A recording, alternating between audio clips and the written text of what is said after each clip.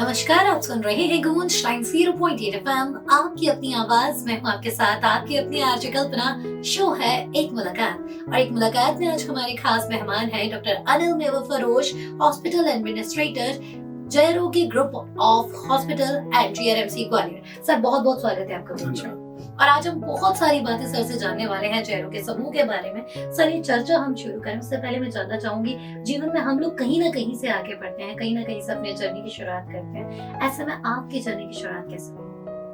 Actually शुरुआती दौर में स्कूल हुआ, फिर गर्मियों की छुट्टियां पड़ती थी तो सोचा गर्मियों की छुट्टी में ऐसे वेस्टेज गेम वगैरह खेल के ठीक है शरीर अच्छा होता है लेकिन नॉलेज क्या मिलेगी।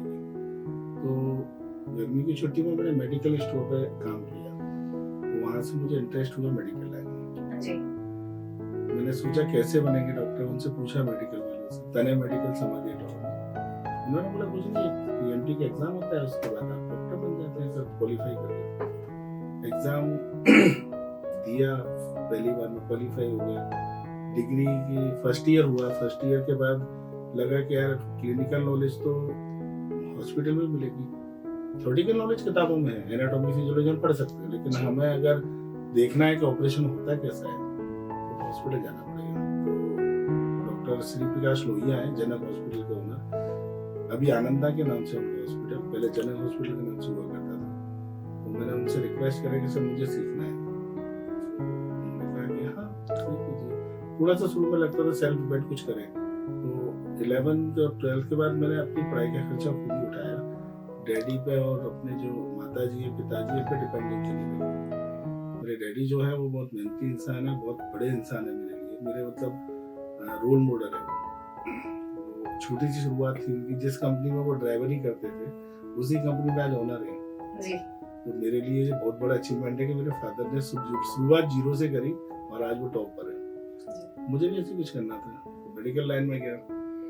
मेडिकल मेरा फर्स्ट ईयर स्टार्ट हुआ तो मुझे लगा क्लिनिकल से अच्छा और क्या हो सकता है, तो मैंने जनक हॉस्पिटल डॉक्टर लोहिया से बात करी।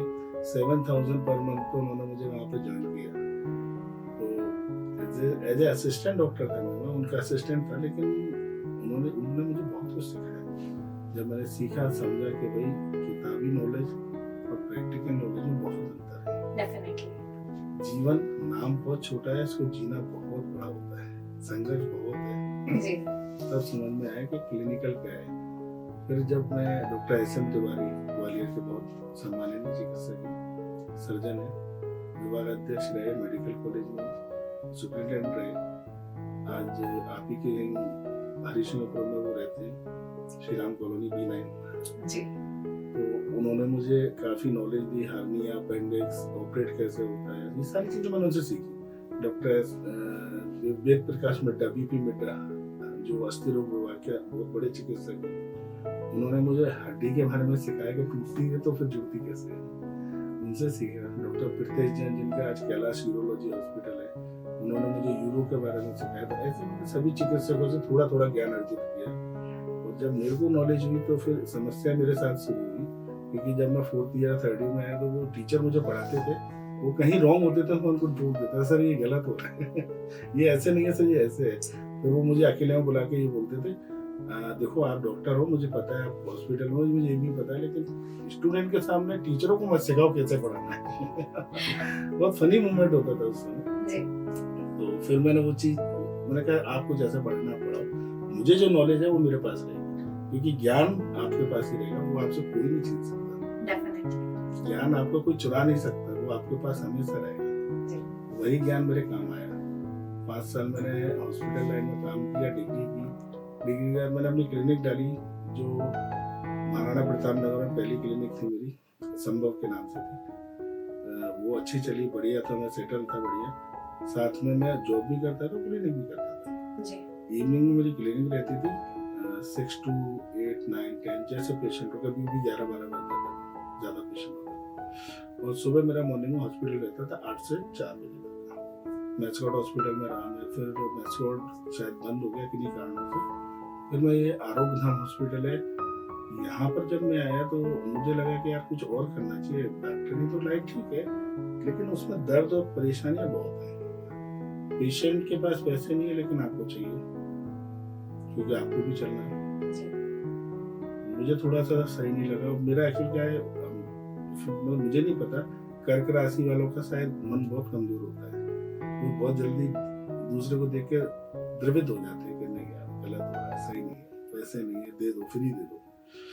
तो ऐसे लोग चिकित्सक नहीं बन सकते जिनके अंदर दूसरों को देख कर दर्द होता है। मेरे हिसाब से ऐसे लोग डॉक्टर बन ही नहीं सकते। तो फिर मैंने भी डिसाइड किया जब वो लोग नहीं बन सकते तो मैं बन के क्या करूँगा। फिर मैंने MBA हॉस्पिटल एडमिनिस्ट्रेशन की एक डिग्री होती है, मास्टर्स होता है, MHA जिसे बोलते हैं जी। तो उस समय लॉन्च हुआ था 2011 में जीवा यूनिवर्सिटी में। पहले बार लॉन्च हुआ था ग्वालियर के अंदर जीवा यूनिवर्सिटी में। उसके KS ठाकुर सर थे जो आजकल बांसवाड़ा में है, कुलपति हैं। मैंने उनसे मिला, मैंने कहा सर आपके यहाँ कोई नया कोर्स लॉन्च हुआ है डॉक्टरों के लिए? तो उन्होंने कहा नहीं, डॉक्टर्स के लिए नहीं, कोई भी कर सकता है, डॉक्टर्स के लिए बेनिफिट है कि वो डॉक्टर है साथ में मैनेजमेंट करते हैं, तो ये बेनिफिशियरी है आपके लिए। मैंने कर लूँ सर? हाँ कर लूँ। मैंने सर कैसे होगा?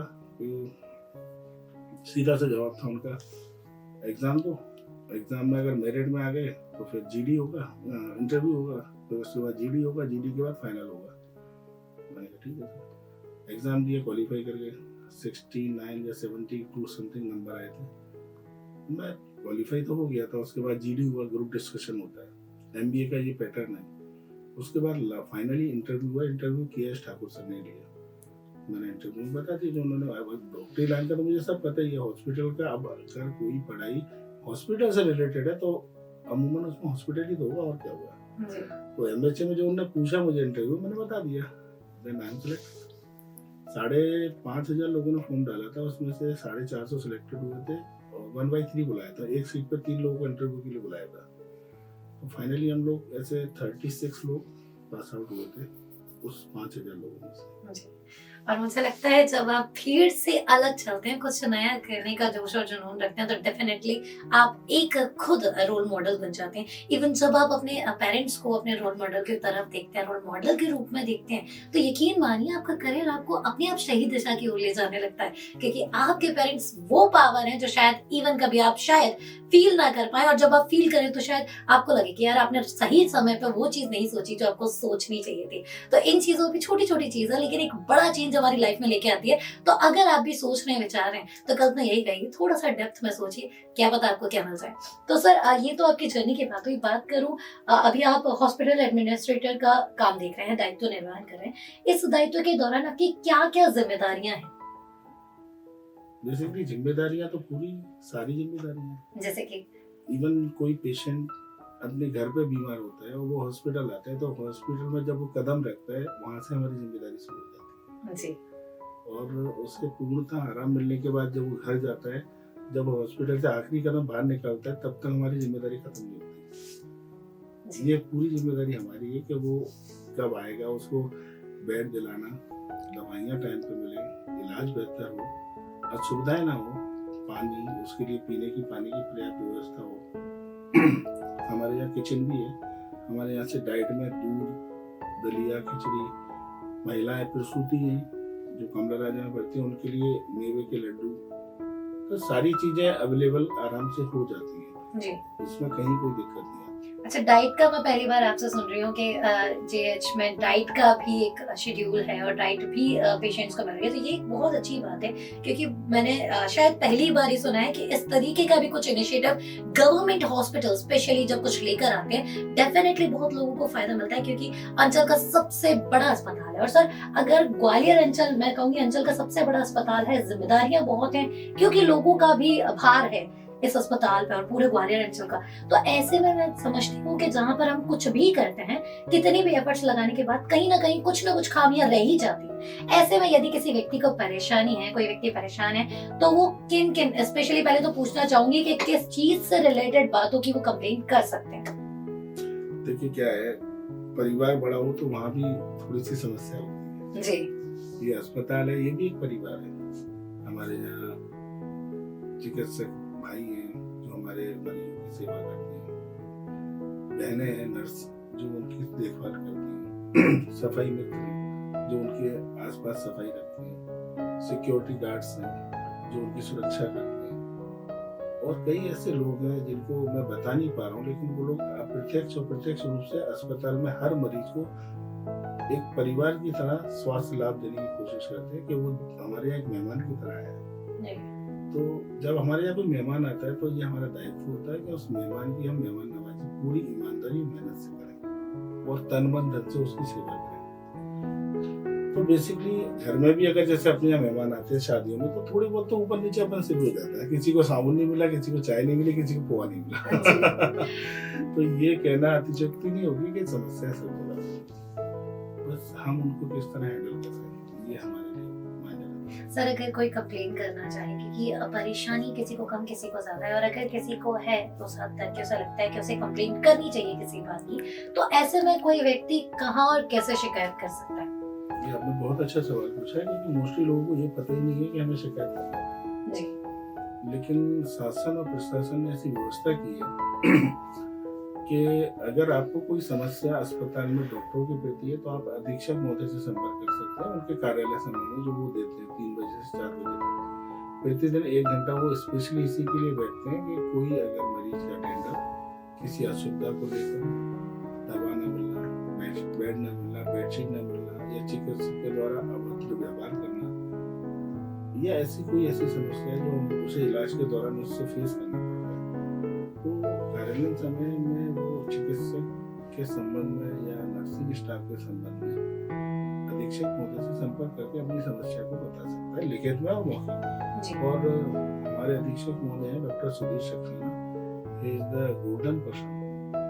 मैंने खुद देखा है उनके जो अधिकार क्षेत्र में नहीं भी होता है, अगर कोई गरीब आदमी है उसके पास पैसे नहीं है सीटी स्कैन कराने के, क्योंकि सीटी स्कैन होता है जो शासकीय रेटों पर फ्री नहीं है हमारे यहाँ। शासन ने एक निश्चित दर तय कर रखी है कि इतने कम से कम रुपए में आप करें। जैसे मार्केट में अगर वो सपोज दैट 1000 रुपए का होगा तो हमारे यहाँ 200-300 रुपए तो लगते हैं। अब किसी के पास 200-300 भी नहीं है तो उसके लिए एक शासन ने अलग से ये व्यवस्था की है कि अधीक्षक को और डीन को ये पावर है कि वो उनको फ्री कर सके। तो ऐसे कई मरीज जहाँ तक मैंने देखा उनको जब से वो अधीक्षक बने हैं करीबन 30-40 मरीजों को वो अपने ब्याह पर आवेदन के आधार पर उनको फ्री कर देते, जबकि वो शासकीय कर्मचारी नहीं है, वो एलिजिबल नहीं है, लेकिन गरीब है, असहाय है, उन पर नहीं है तो वो कर। कुछ अच्छे इनिशिएटिव हमें लेते रहना चाहिए क्योंकि समाज से जब हम लेते हैं तो जरूरी है कि समाज को दिया भी जाए सही समय पर सही लोगों को। और जब आप बिल्कुल सही समय पर सही लोगों तक पहुंचते हैं ना तो यकीन मानिए आपको अंदर से उतनी ही खुशी होती है जितना कि आपको लगता है कि आपने एक बड़ा काम करके कुछ अचीव किया है। और ये जो छोटे छोटे अचीवमेंट्स है, छोटे छोटे मौके जब आपके पास आते हैं और यही तो वो मौके होते हैं जब आपको फील कराते हैं कि वाकई में आपकी वर्थ इस सोसाइटी में है और यही वर्थ आपको दूसरों तक पहुंचानी है। तो सर इसी के साथ एक और बात करूं, टेक्नोलॉजी का जमाना है, टेक्नोलॉजी ने सारी चीजें छोटी सी कर दी है, हर कोई स्मार्टफोन यूज करता है। ऐसे में ऑनलाइन शिकायत का कोई प्रावधान है क्या शिकायत के लिए? हाँ, आप मेल कर सकते हैं हमारी वेबसाइट पर जी। और बेसिकली खुद सीएम साहब ने एक व्यवस्था बना रखी है सीएम हेल्पलाइन जी। हालांकि उसकी जरूरत मुझे नहीं लगता इतनी होनी चाहिए, लेकिन कुछ लोग उसका मिसयूज भी करते हैं। उनको अगर जैसे किसी को परेशान करना उसी की सीएम हेल्पलाइन, हम लोग भी इससे परेशान होते हैं, कहीं ना कहीं फेस करते हैं, लेकिन व्यवस्था अच्छी है, उपयोग उसका दुरुपयोग हो जाता है कभी कभी। लेकिन इसके बाद भी हमारे यहाँ हर चिकित्सक एक्चुअल क्या हमारे यहाँ डिपार्टमेंट की है, कार्डियोलॉजी है, न्यूरोलॉजी है, न्यूरोसर्जरी है, पीडियाट्रिक है, गायनी है, ट्रॉमा सेंटर है, इमरजेंसी मेडिसिन है और इवन सर्जरी है, ऑर्थोपेडिक है, ईएनटी है, ऑप्थेल्मोलॉजी है। कंपाउंड ऑफ द डिसीज मतलब एक तरह से देखा जाए सारा का सारा वहीं मिल जाता है जी। तो उसमें हर विभाग अध्यक्ष द्वारा प्रत्येक मंगलवार को, कुछ विभाग अध्यक्ष मंगलवार को बिजी रहते हैं तो वो बुधवार को कर लेते हैं, उनके यहाँ जन सुनवाई की जाती है हॉस्पिटल्स में। अगर कोई मरीज किसी चिकित्सक से किसी बात को लेकर वो उससे रुष्ट है कि भाई इन्होंने इलाज ढंग से नहीं किया, बात ढंग से नहीं की, तो वो इसकी शिकायत संबंधित विभाग अध्यक्ष से कर सकता है। जी। तो ये एक बहुत अच्छा इनिशिएटिव मुझे लगा। मतलब अभी तक हमने जन सुनवाई की जब तक बात आई थी, अभी तक हम कलेक्टर ऑफिस, एसपी ऑफिस तक ही सीमित थे, और मुझे लगता है मेरी सोच भी वहीं तक सीमित थी। लेकिन जब आप ऐसे लोगों से मिलते हैं जो एक्चुअल में वहां पे काम कर रहे हैं, तो आपको पता लगता है कि बहुत सारी चीजें हैं, बहुत सारी सुविधाएं हैं जो शायद हमें पता ही नहीं है। और जैसे कि सर ने बताया कि ट्यूसडे को जो भी हेड ऑफ द डिपार्टमेंट होते हैं वो आपकी शिकायत सुनते हैं, तो आप जिस भी विभाग में अपने पेशेंट का इलाज करवा रहे हैं और आपको कोई असुविधा है, तो डेफिनेटली आप जाकर कह सकते हैं। और यकीन मानिए, बात करने से बात होती है। चीखना चिल्लाना, ये किसी चीज को खराब करना शायद हमारा उद्देश्य नहीं होना चाहिए, क्योंकि ये वही प्रॉपर्टी है जिसको कहीं ना कहीं हम और आप टैक्स के द्वारा बना रहे हैं, तो उस चीज को संजो के रखने का भी जिम्मे हमारा है। तो जब मैं उठाए तो जिम्मेदार बनिए। सर, इसी के साथ एक और बात मैं आपसे जानना चाहूँ, डॉक्टर्स की जो फील्ड होती है। कुछ और कहना बिल्कुल सर।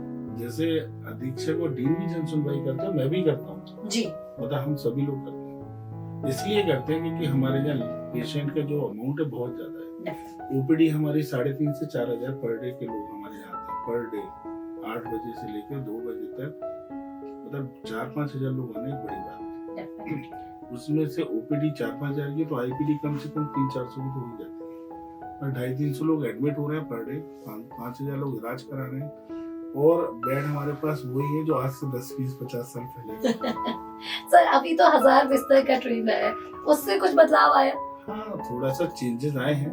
2250 बेड हो चुके हैं। हाँ जी। 2200 बेड बहुत होते हैं। स्टाफ कम है, वो भी हम एडजस्ट कर लेते हैं, क्योंकि शासन ने हमें समय समय पर भर्ती कर देते हैं, तो हमें समस्या नहीं आती। तो बगैर प्रशासन के हम इसको नहीं चला सकते, तो प्रशासन का इसमें बहुत बड़ा हाथ है जी। तो हमें ऐसा लगता है कि प्रशासन के साथ साथ हमें आप जैसे लोग जो समाज को अवेयर कर रहे हैं, सामाजिक लोग, एनजीओ और कुछ जो लोग वहाँ इलाज कराने आते हैं, मैं उनसे भी निवेदन करूंगा वो हमारी हेल्प करें, क्योंकि हमारे पास अमाउंट बहुत ज्यादा है पेशेंट का, और व्यवस्था उसके हिसाब से थोड़ी कम है, लेकिन हम प्रयास कर रहे हैं कि इनको और बेहतर और बड़ा कर सकें। और यकीन मानिए, जब आप खुद कभी फील करेंगे कि इतने सारे लोगों से जब आप रोज बात कर रहे हैं, तो कहीं ना कहीं छोटी या चीजें या फिर 19-20 होना चीजें बहुत स्वाभाविक सी बात है, बहुत आम बात है। तो जहाँ डॉक्टर्स कॉपरेट कर रहे हैं, जहाँ एडमिनिस्ट्रेटर आपको कॉपरेट कर रहे हैं, लोग आपसे कॉपरेट कर रहे हैं, वहाँ शायद आपकी भी उतनी जिम्मेदारी बनती है कि आप भी उनसे कॉपरेट करें। चीजें छोटी छोटी हैं, हम और आप आपसी सहमति से ही आगे बढ़ सकते हैं। सो सर, इसी के साथ एक और बात जो शायद मेरा पर्सनल क्वेश्चन भी हो सकता है, जब रोज आप इतने सारे लोगों से डील करते हैं, तो वाकई में आपका दिन वैसा नहीं रहता जैसे किसी आम इंसान का होना चाहिए या होता है, क्योंकि it's a very challenging thing कि आप कैसे लोगों से 5,000 लोगों से डील करने के बाद जब आप किसी एक और व्यक्ति 5,001 व्यक्ति से मिलता है, तो उसके प्रति आपका थोड़ा सा नो डाउट चीजें अलग होने की बहुत स्वाभाविक सी बात है। ऐसे में आप प्रेशर कैसे मैनेज करते हैं, क्योंकि कई बार ये संख्या बढ़ भी सकती है, कम तो होना शायद मुश्किल है। देखिए, मैं अभी 1-2 साल से हमें तो इतना लोड नहीं है, क्योंकि ये चीज मैंने पहले की है ना। अभी मैंने एक्चुअली क्या है, हॉस्पिटल लाइन में जब मैं गया तो मुझे पता पड़ा कि यहाँ प्रेशर तो है जी। और प्रेशर ऐसा वैसा नहीं है, नीचे से जनता का, ऊपर से अधिकारी होगा, बीच में आपको डबल प्रेशर है। तो मैंने जब एडमिनिस्ट्रेशन मैंने लाइन चूज करी, मैंने एमएचए में फर्स्ट डे मैंने अपना दिया, तो उस फर्स्ट डे में मुझे एक चीज तो समझ में आ गई कि वहां पर भी मुझे यही बोला गया कि आपको जनता से अवेयर होना है और जनता से फेस करना है। पर डे हमें एमबी भी यही सिखाया गया कि आपको जनता से ही फेस करना है, मतलब जनता जो बोले उसका जवाब ऐसा देना है कि वो खुश हो, ना कि नाराज। अगर वो नाराज हुए तो आपको उठा के पीट देंगे। तो जब ट्रेनिंग हुई इस चीज की, हम लोगों ने, हमारे यहाँ क्या है, हर सेमेस्टर में एक वो होता था इंटरव्यू और ट्रेनिंग। तो ट्रेनिंग में ये होता था कि हमें दूसरे हॉस्पिटल में जाके उनकी व्यवस्थाएं देखना थी, वहाँ से पूरा जो सिस्टम था समझना था, उसको एक फाइल बना के हमें सबमिट करना पड़ती, जिसे हम अपनी ट्रेनिंग फाइल बोलते हैं। तो ऐसे हमारी 4 सेमेस्टर में 4 ट्रेनिंग हुई, तो मैंने 4 अलग अलग हॉस्पिटलों में ट्रेनिंग करी। तो मैंने वहाँ जाके सीखा कि एडमिनिस्ट्रेशन बेसिकली है क्या। तो प्रैक्टिकल नॉलेज नहीं मिली, थ्योरेटिकल नॉलेज हमें यहीं से मिली। जब मैंने वहाँ देखा कि मैनेजमेंट बेसिकली है कुछ नहीं, आपको अपने आप को कंट्रोल करना है और आपको इतना कंट्रोल करना है कि सामने वाला आपके हिसाब से चल सके। जी, और ये सबसे एक चैलेंजिंग चीज हो सकती है, क्योंकि आप अपने आप को टैकल कर लेंगे लेकिन सामने जो भीड़ खड़ी है उसे टैकल करना it's not a easy thing. So sir, thank you so much. आप जैसे लोग हैं तभी शायद बहुत सारी चीजें हैं जो टिकी हुई हैं और लगातार काम कर रही हैं, क्योंकि वाकई में ऐसे सब जब पूरा ग्रुप इतनी भीड़ को, क्राउड को कहूंगी हैंडल करता है तो डेफिनेटली ड्रास्टिक चेंज आता है। मैं सिर्फ इतना कहना चाहूँगा, मेरा पर्सनली है ये, जी मैं प्रबंधक हूँ ये मानता हूँ, पोस्ट है, मैं उस जी। पोस्ट पर हूँ, लेकिन हॉस्पिटल का जो मैनेजमेंट है वो मेरे डॉक्टर्स, मेरे चिकित्सक, मेरे नर्सिंग स्टाफ, मेरे हाउसकीपिंग, मेरी सफाई वाले मित्र, मेरे गार्ड्स, ये एक पूरी टीम है। बस वो लोग साथ मिलके मेरे कर रहे हैं, मैं अकेला नहीं कर रहा। डेफिनेटली एक इंडिविजुअल्स के लिए वैसे ही बहुत मुश्किल काम है, लेकिन जब साथ में टीम आती है तो डेफिनेटली आप असंभव को भी संभव कर देते हैं। और मुझे लगता है कुछ ऐसे ही लोग सार्थक करते हैं समाज में कि बदलाव हम लाएंगे, साथ के आपकी जरूरत है। Thank you so much sir for your precious time. आपका बहुत बहुत धन्यवाद, बहुत बहुत आभार। आज आपने आपसे बहुत सारी बातें की, बहुत सारी बातें जानी। जाते जाते ग्वालियर वासियों को क्या कहना चाहिए? सबसे बहुत जरूरी बात है, हमने बहुत बुरा समय देखा है कोविड का। शायद इतना बुरा समय मेरे जीवन में मुझे दोबारा देखने को नहीं चाहिए। लाशों के ढेर लगे थे, मैंने अपनी आंखों से देखा है। मेरे उस समय बच्चा 1.5 साल का या 1 साल का था, तो वो रोज फोन पे वीडियो पे मुझसे बात करता था। मैं घर से 3 महीने बाहर था कोविड के टाइम, क्योंकि वहीं हॉस्पिटल में हमारे रूम में, उसी रूम में मेरी सारी व्यवस्था थी। टिफिन आ जाता था सुबह और रात में, वही खाना खा के वही सो जाता था। मैं स्पेशली, मेरा अलग रूम, सब आइसोलेट थे वहाँ पे। जी मेरे डॉक्टर्स इसमें 2-3 एक्सपायर हुए। मुझे बहुत बुरा लगा कि हमारे डॉक्टर्स को खो दिया उसको। मरीज भी हमारे बहुत एक्सपायर हुए, लेकिन एक चीज मुझे समझ में आ गई, हेल्थ इज वेल्थ। पैसा, पावर, कुर्सी, कुछ नहीं है। आपकी हेल्थ, आपका शरीर, वो आपकी सबसे बड़ी पूंजी है। अरबों खरबों रुपए का शरीर है, इसको कभी खराब ना करें। नशे पत्ते में बिल्कुल ना जाएं, और हो सके तो अपने माँ बाप का, अपने परिवार का ख्याल रखें। बस यही मैं निवेदन करता हूँ। और अपने आप को प्राथमिकता देना सीखिए, क्योंकि समय कब कैसे कहाँ बदल जाए हम में से किसी को भी नहीं पता। हर चीज के लिए तैयार रहिए, लेकिन सबसे पहले तैयार रखिए अपने शरीर को, वही आपकी सबसे बड़ी जमा पूंजी है। Thank you so much sir for your precious time. आपका बहुत बहुत धन्यवाद, बहुत बहुत आभार। धन्यवाद। सो ग्वालियर राइट्स, ये था एक मुलाकात में आज का सफर। अगले हफ्ते फिर होगी आपसे मुलाकात एक नए मेहमान के साथ। तब तक आप कहीं मत जाइए, सुनते रहिए कल्पना के साथ गूंज 90.8 FM, आपकी अपनी आवाज।